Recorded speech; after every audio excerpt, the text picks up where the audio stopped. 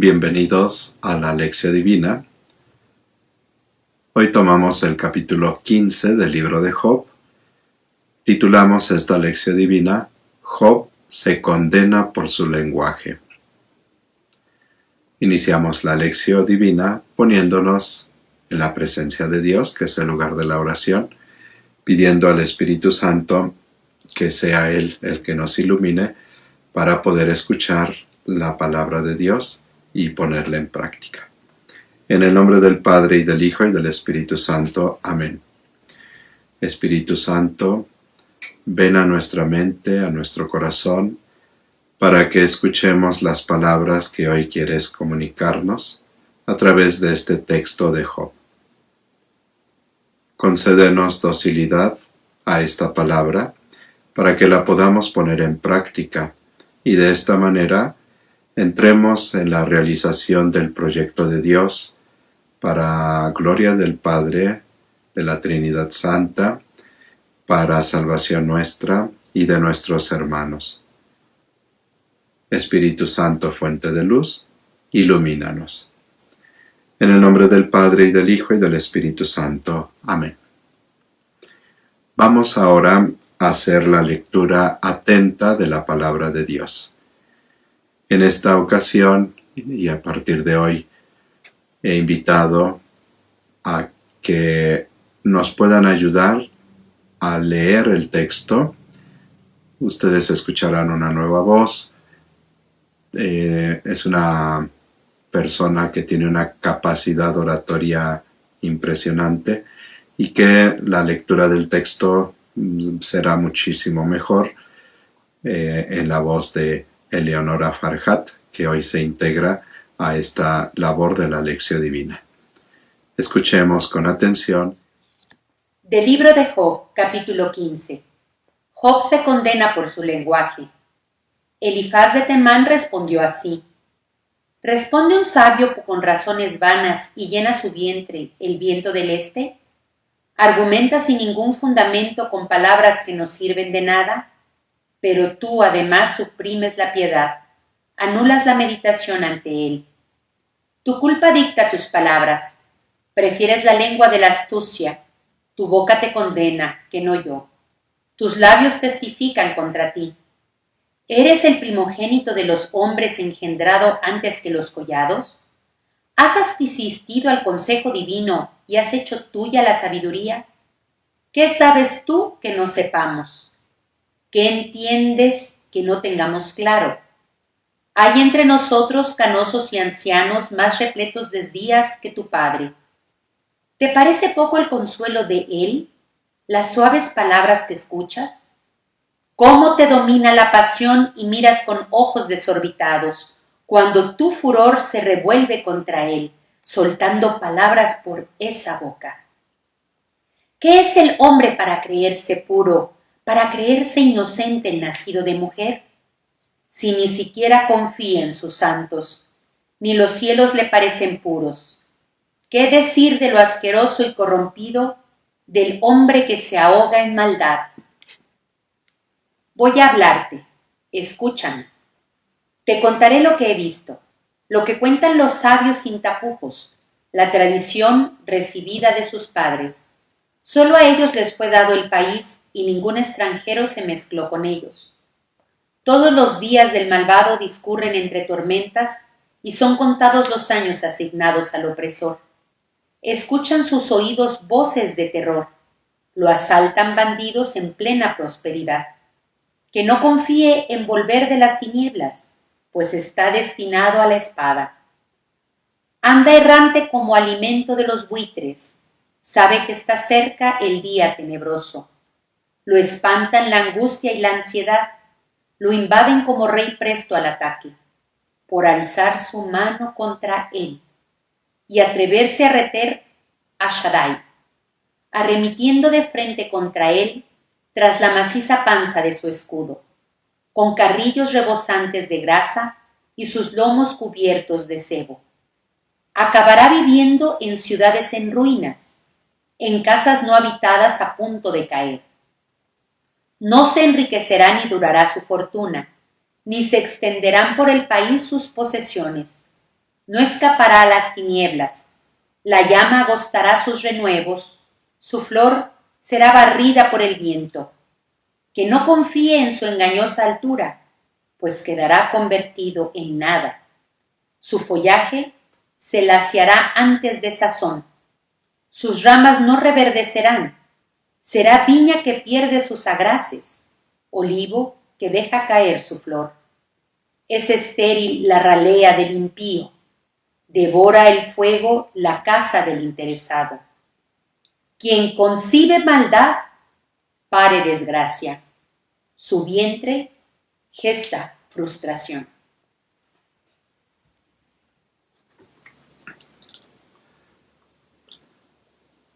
Pasamos al segundo ciclo de discursos que ahonda en algunos aspectos del primero. Es algo más breve y de menor calidad, pero al mismo tiempo ensaya nuevas rutas discursivas. Este segundo ciclo de discursos lo tenemos en los capítulos 15 al 21. La situación entre los amigos de Job se hace tensa. Las introducciones son agresivas. El reproche reemplaza a la exhortación.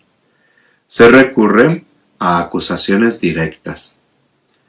Los amigos recitan variaciones sobre la suerte del malvado. Job insiste en la queja o elegía por su propia suerte y desde ella se abre camino su deseo obsesivo de un juicio. El capítulo 15 que hemos escuchado nos presenta el segundo discurso de Elifaz. Aunque a primera vista no lo parezca, este discurso se hace eco de las anteriores acusaciones de impiedad. Esta intervención de Elifaz está articulada en líneas generales en 3 secciones: los versos 2 al 6, 7 al 16 y 17 al 35. La primera sección, 2 al 6, se abre con una serie de preguntas enmarcadas en una concepción tradicional de la naturaleza de la sabiduría y de la función ejercida por los sabios. Así se deduce de la terminología, razones, argumentar, palabras de los versos 2 al 3. Por otra parte, encontramos con el órgano de la transmisión de la sabiduría, lengua, boca, labios, en los versos 5 al 6.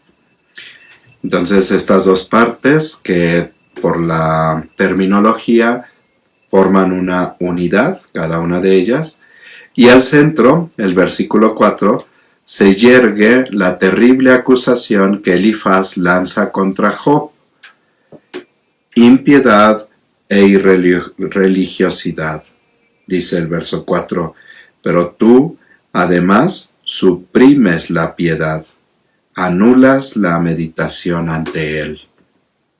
Entonces, este es el reproche que hace Elifaz.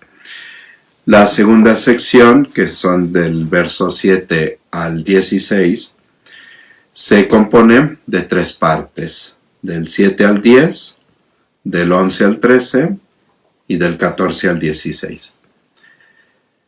Caracterizadas por sendas propuestas.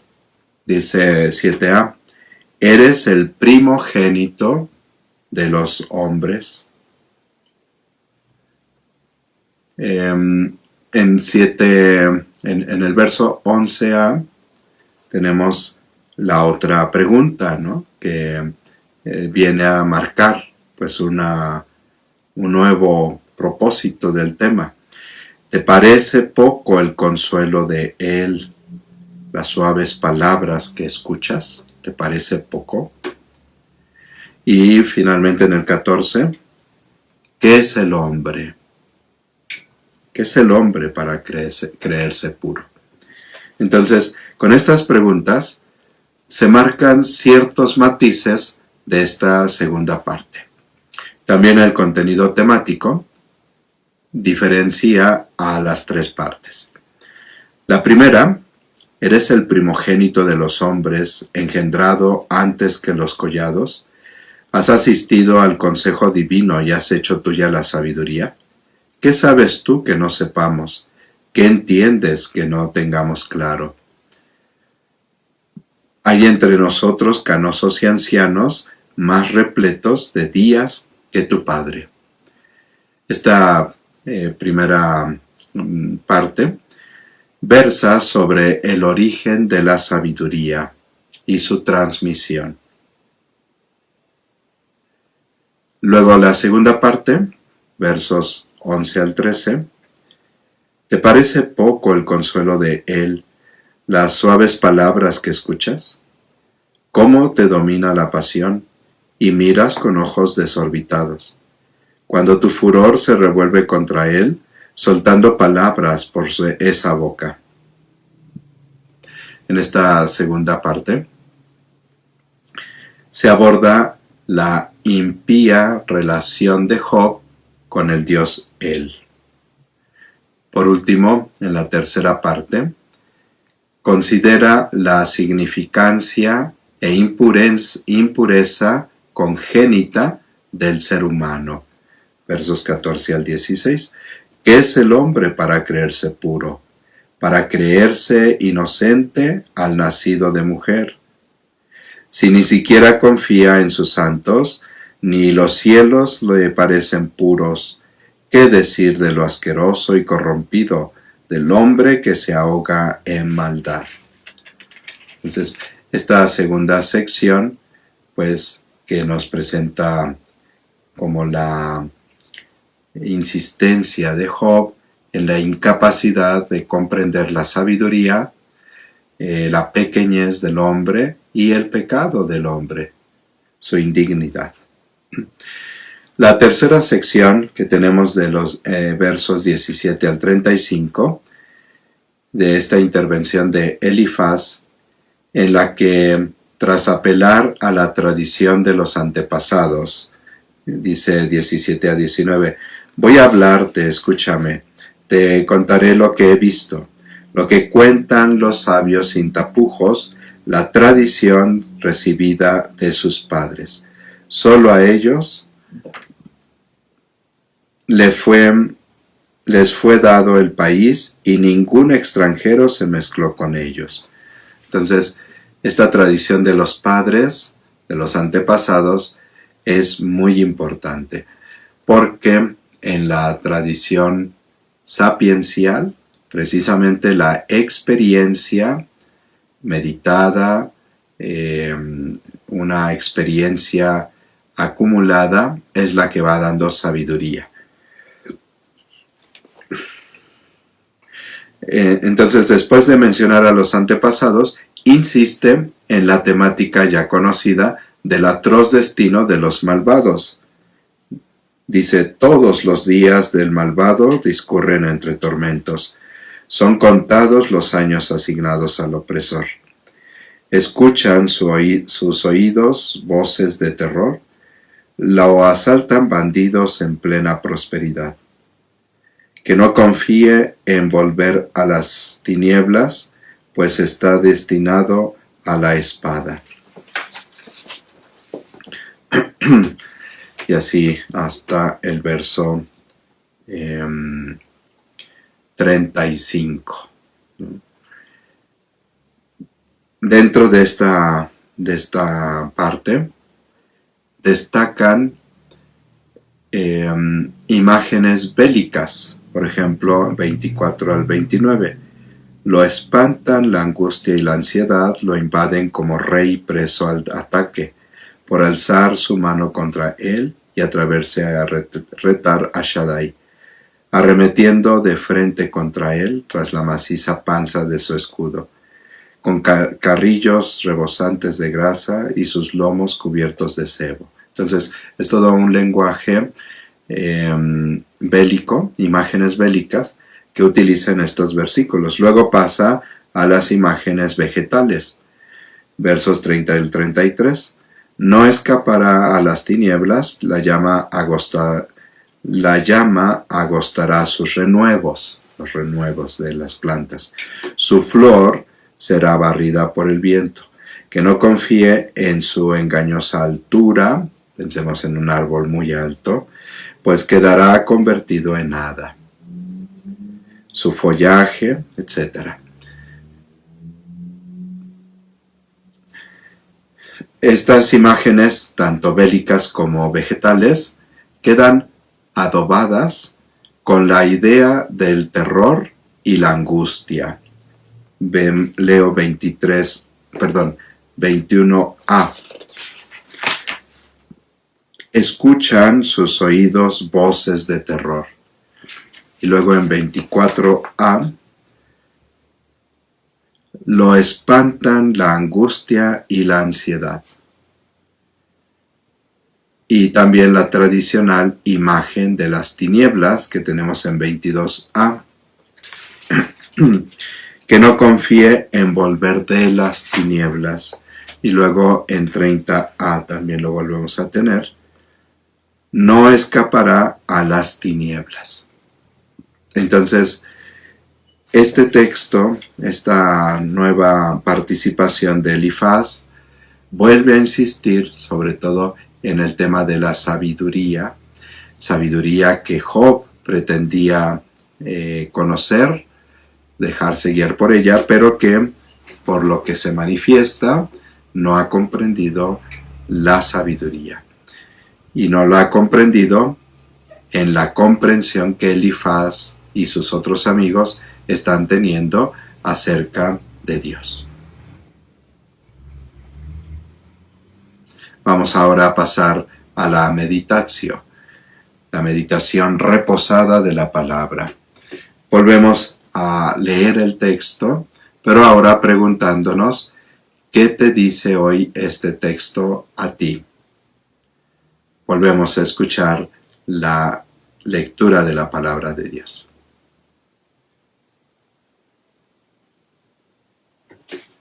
Elifaz de Temán respondió así: ¿Responde un sabio con razones vanas y llena su vientre el viento del este?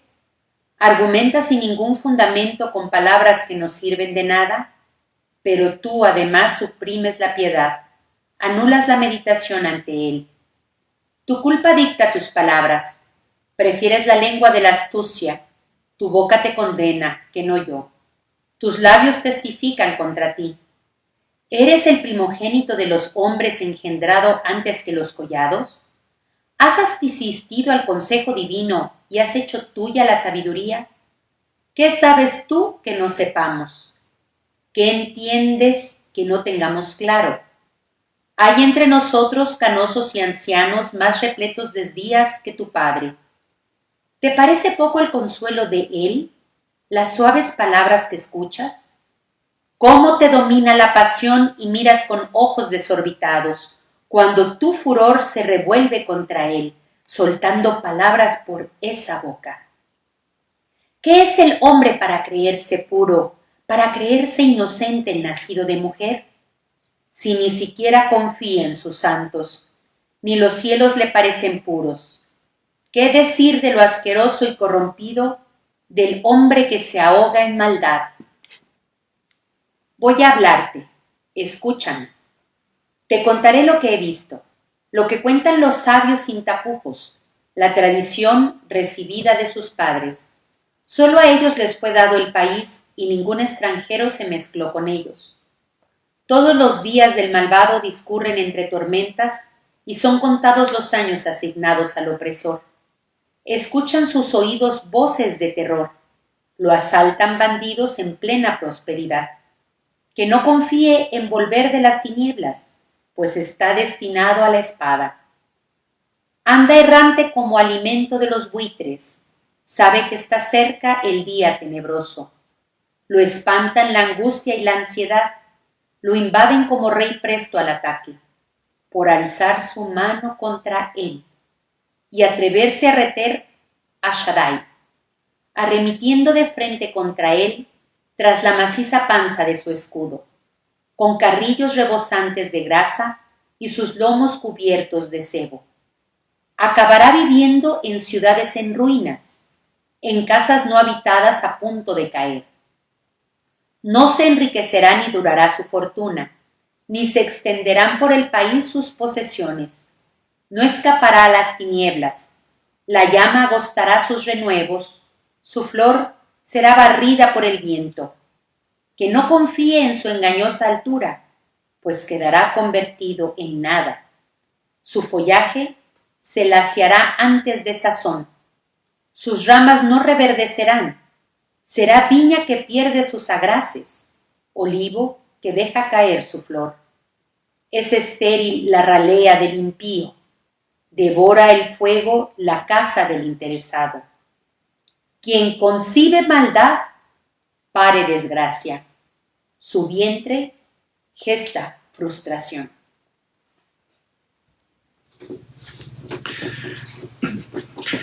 Para esta meditación, al preguntarnos qué me dice la palabra de Dios, fijémonos en esto. Elifaz acusa a Job, apoyado y convencido de que la palabra, como él ha entendido la sabiduría y a los sabios, es lo que no entiende Job. Pues estamos en dos visiones, dos puntos de vista muy diferentes. Y bueno, esto nos pasa con mucha frecuencia. Casi siempre nuestros puntos de vista llegan a ser tan diferentes, a veces tan contrastantes. Lo que yo quiero decir, el otro me lo entiende como no lo quise decir. Y lo que el otro me quiso decir, yo lo entiendo como él no pretendió decirlo. Y cuesta mucho trabajo a veces la integración de lo que uno y otro dice, de cómo uno y otro ve la propia o la misma realidad que se está experimentando. Entonces, esto va a aparecer, ¿no? Elifaz tiene una idea de sabiduría y de la gente sabia muy propia. Hoy pregúntate si tus propias ideas no han condenado severamente a quienes en sus sufrimientos piensan, o al menos ven diferentes las cosas como las ves tú. Esa sabiduría, esas ideas que traemos nosotros y que compartimos, serán diferentes a las que la otra persona tiene y por lo que está actuando de esa manera, de cómo está llevando la situación bajo esas ideas. Recuerden, les había compartido cuando mi hermano Héctor estaba enfermo, pues nosotros, sí, sintiendo la enfermedad de él, pero al final sin estar en la enfermedad, pensábamos de una manera que era un tanto diferente a la de mi hermano, hasta que él mismo nos llamó y nos ayudó a aclarar muchas cosas. No me digan que le eche ganas, porque no saben las ganas que le estoy poniendo. Si van a venir, no me pregunten tanto de cómo me siento, ya saben que me siento mal. Y a veces en ese no saber ponernos en los dos, como las dos maneras o las dos posibilidades de comprender la realidad, podemos ser intransigentes y podemos, pues, no solo hacer que el otro diga o piense cosas que yo no quise decir, que yo no he dicho y que no quiero que se piensen así, pero ya le hice al otro pensarlo así y decirlo así. Y desde luego, esto trae consigo sufrimiento, dolor, heridas del corazón, incomprensión. Pregúntate también si la idea que te has hecho de Dios la has querido o la estás imponiendo a los demás, sobre todo cuando son más vulnerables por su sufrimiento. Es que Dios quiere de ti esto. Es que no te enojes con Dios. No reclames a Dios. Los pensamientos y los caminos de Dios son muy justos. No te rebeles contra los caminos de Dios. ¿No consideras que es cuando más deberías tratar de ponerte en su lugar y tratar de comprender que en su sufrimiento tiene una manera diferente de ver las cosas y especialmente una manera diferente de ver a Dios? Nosotros mismos, cuando hemos pasado por la enfermedad, nuestra manera de ver a Dios es diferente a como lo pudimos ver en otro momento. ¿Cuánto más cuando se trata de otra persona? En esta ocasión trata de meditar sobre tus ideas que te has formado acerca del final de los días de una persona de este mundo. A veces expresamos, ideas que no son tan precisas, ¿no? Un día, cuando nos avisaron que había fallecido un hermano sacerdote, uno de los padres, sacerdote también, dijo, por fin Dios se acordó de él y tuvo compasión de él. Y yo le dije, oye, y en el tiempo en que estuvo enfermo, Dios no se acordó de él y no se compadeció de él. A veces nuestro modo de decir las cosas no es la más apropiada. Y entonces, cuando nos hemos hecho ideas acerca del final de los días, las preguntas que nos podemos hacer es, en tu enfermedad, ¿llegas a sentir angustia por el más allá? ¿Te parece que todo quedará convertido en nada? ¿Temes que todo sea tinieblas o llamas?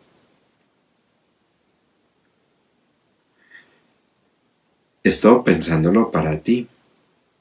Pero estas ideas, ¿las has transmitido a alguna persona que está viviendo en medio de su sufrimiento y angustia?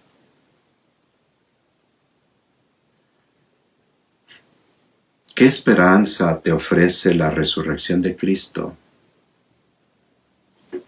Es una idea que queda lejana y sin sentido, o ella es la que da sentido a todo lo que estás viviendo, la resurrección de Cristo.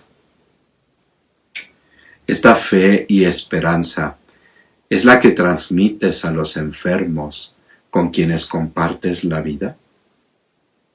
¿O piensas que es mejor no hablar con ellos de esto con el enfermo? Una vez me buscaron para ir a ver a un señor enfermo y me dijo su hijo que había ido por un sacerdote, padre, pero no vaya vestido de padre. Digo, ¿cómo? Sí, pues con su túnica blanca. ¿Y por qué? Le pregunté. Dice, no, es que cuando mi papá lo vea así, se va a espantar y se va a morir.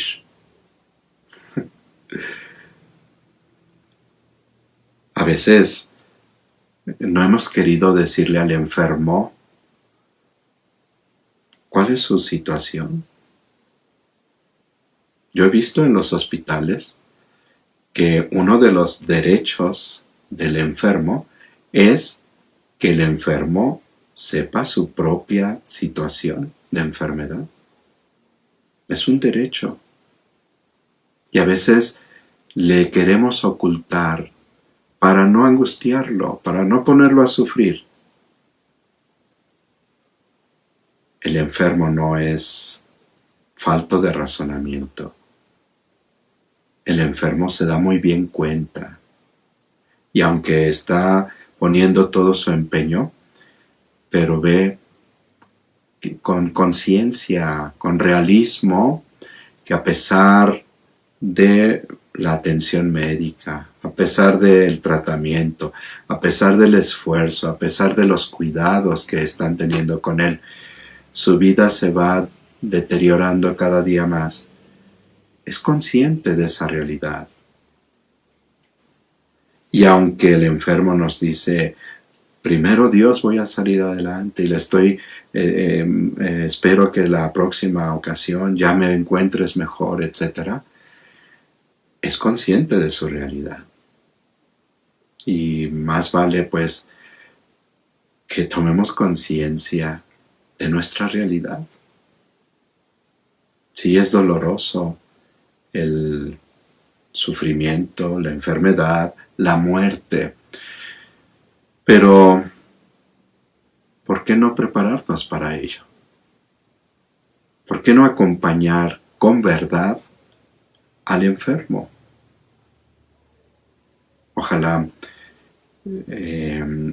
sobre todo para quienes están enfermos, no sea yo muy agresivo. No pretendo serlo. Si lo estoy siendo, discúlpenme, no es mi intención y perdónenme si lo hago. Pero sí me inquieta que a veces tratemos de evadir lo que viene después. Es mejor prepararnos para lo que viene después. Y si lo que viene después es participar con Cristo de su resurrección, pues ¿por qué no prepararme?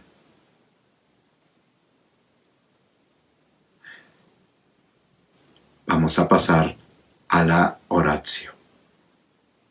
Con la palabra de Dios hacemos nuestra oración. Una vez más, escuchemos atentamente el texto y permitamos al Espíritu Santo que desde nuestro interior nos vaya guiando para hablarle a Dios. ¿Qué me hace decir este texto a Dios mismo? Elifaz de Temán respondió así: ¿Responde un sabio con razones vanas y llena su vientre el viento del este? ¿Argumenta sin ningún fundamento con palabras que no sirven de nada? Pero tú además suprimes la piedad, anulas la meditación ante él. Tu culpa dicta tus palabras, prefieres la lengua de la astucia, tu boca te condena, que no yo. Tus labios testifican contra ti. ¿Eres el primogénito de los hombres engendrado antes que los collados? ¿Has asistido al consejo divino y has hecho tuya la sabiduría? ¿Qué sabes tú que no sepamos? ¿Qué entiendes que no tengamos claro?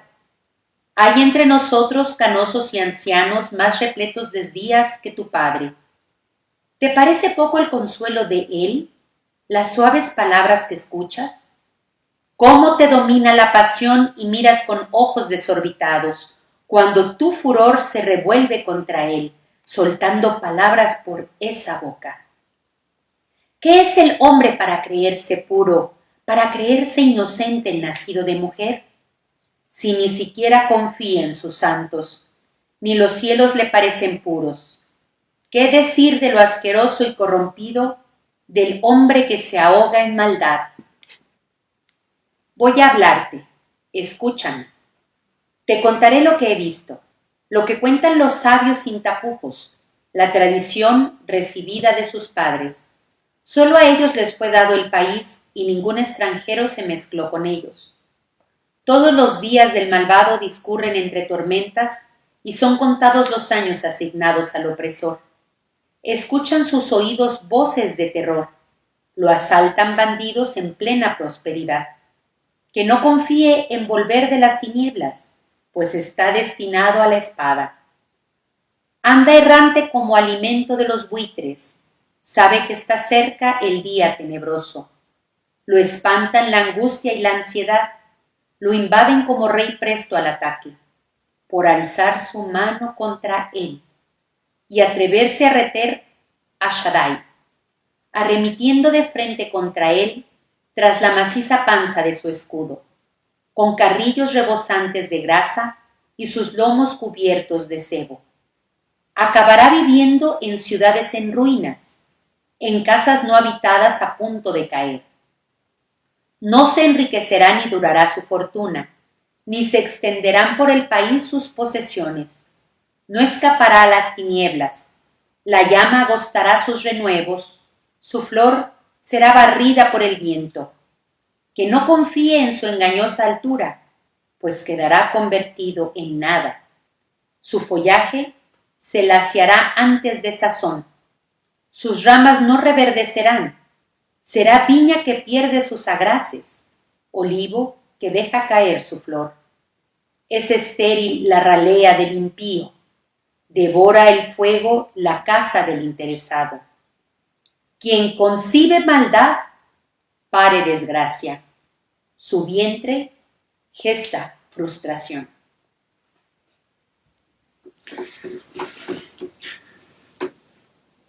Nuestra oración es de petición, de intercesión, de agradecimiento o de alabanza, lo que salga del corazón. Hoy espero ser voz de muchos al dirigir esta oración a Dios. Padre, a veces te hemos entendido de una manera diferente. A veces pensamos tener la verdad por ciertas ideas que hemos absolutizado. A veces hemos querido tener una sabiduría que pareciera que ha sido funcional, que ha dado sentido a nuestra vida, pero que en estos momentos trascendentales, momentos tan importantes de nuestra existencia, llega a quedarse sin sentido, o llega a ser una sabiduría vacía, hueca, una sabiduría que más bien nos hace caer en la impiedad. Y por eso a veces te hemos reclamado, te hemos hecho culpable de esa situación. Hoy quiero pedirte en nombre de muchos que nos perdones. Tú sabes que somos pequeños, que nuestra capacidad para entender los acontecimientos es muy limitada, y más cuando nos vemos sumidos en el dolor. Por eso perdónanos si hemos dicho cosas que no son conforme a lo que tú eres en realidad. Pero también quiero pedirte en nombre de muchos que no nos dejes en nuestras ideas limitadas e insuficientes, sino que seas tú quien nos vaya conduciendo a una nueva sabiduría, a una nueva comprensión de las cosas. Que especialmente cuando nos vemos sumidos en la noche del dolor, seas tú el que nos ayude a pensar y a mirar esa situación desde la mirada que tú tienes, desde el amor. Padre, danos tu sabiduría.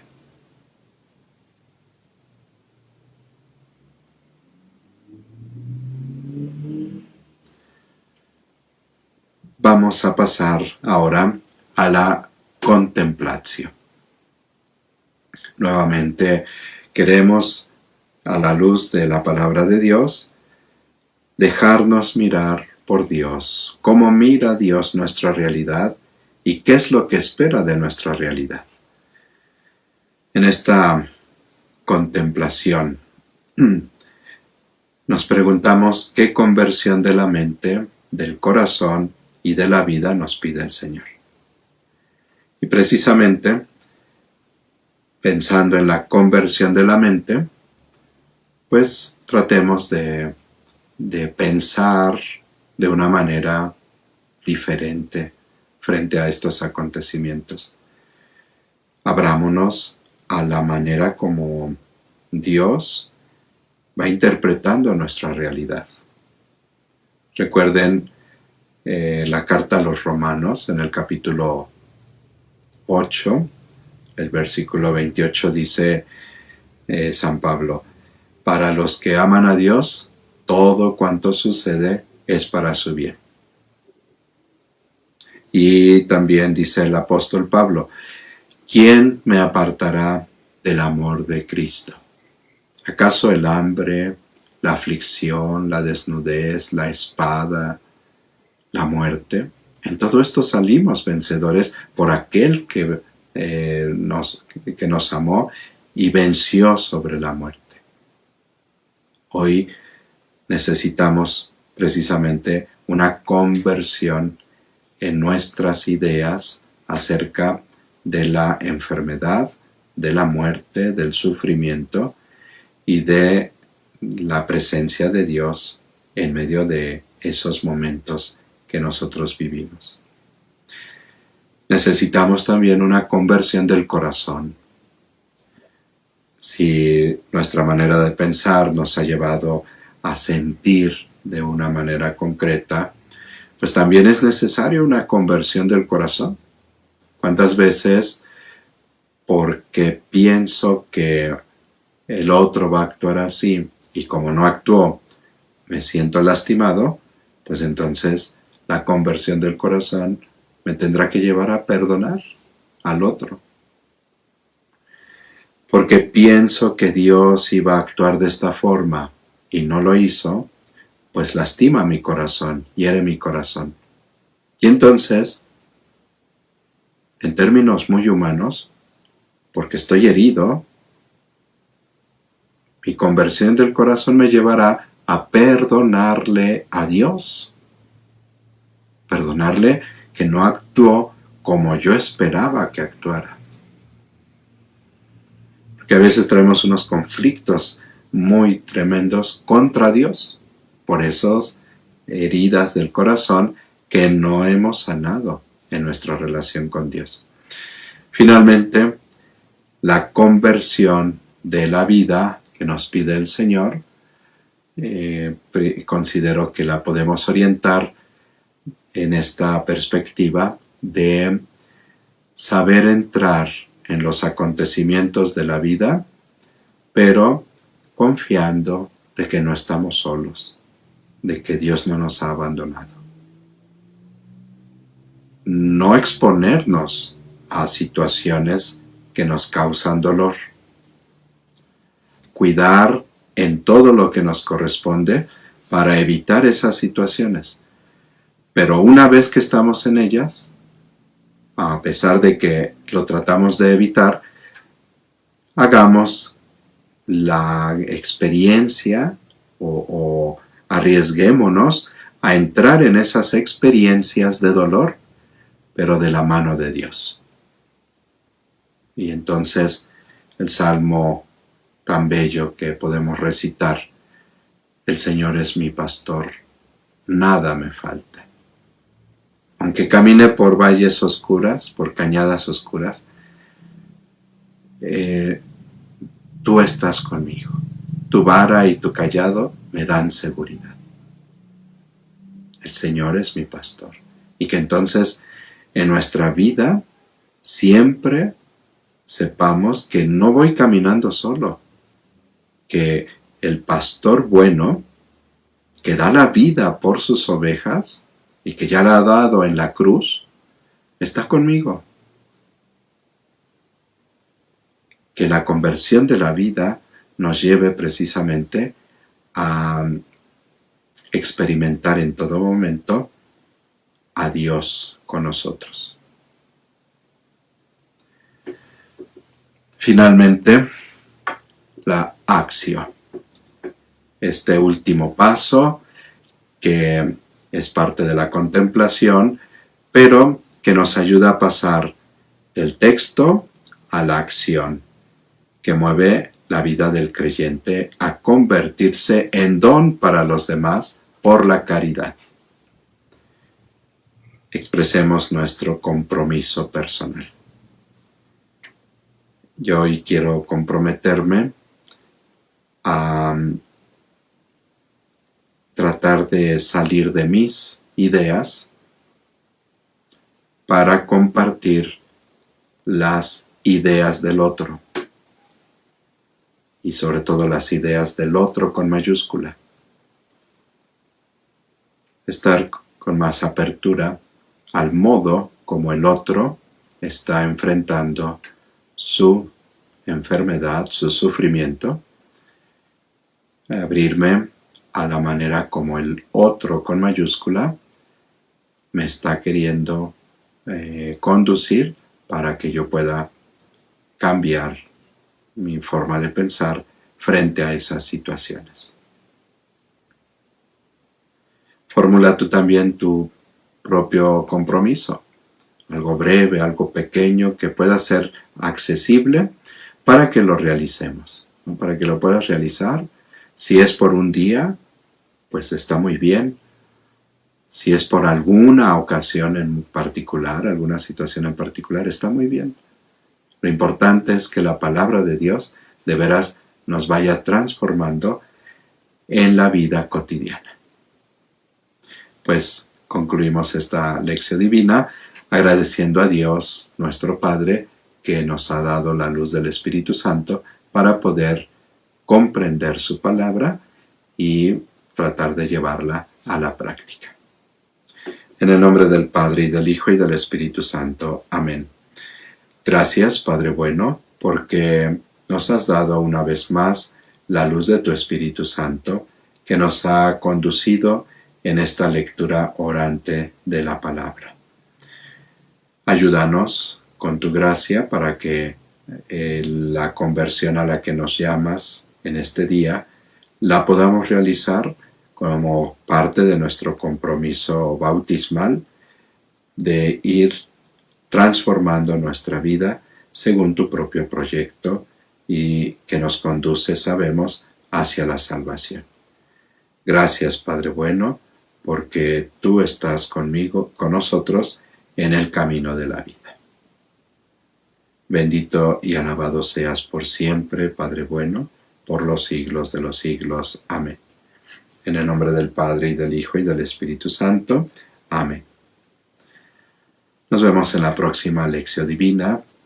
Dios está con ustedes en todo momento, no lo olviden.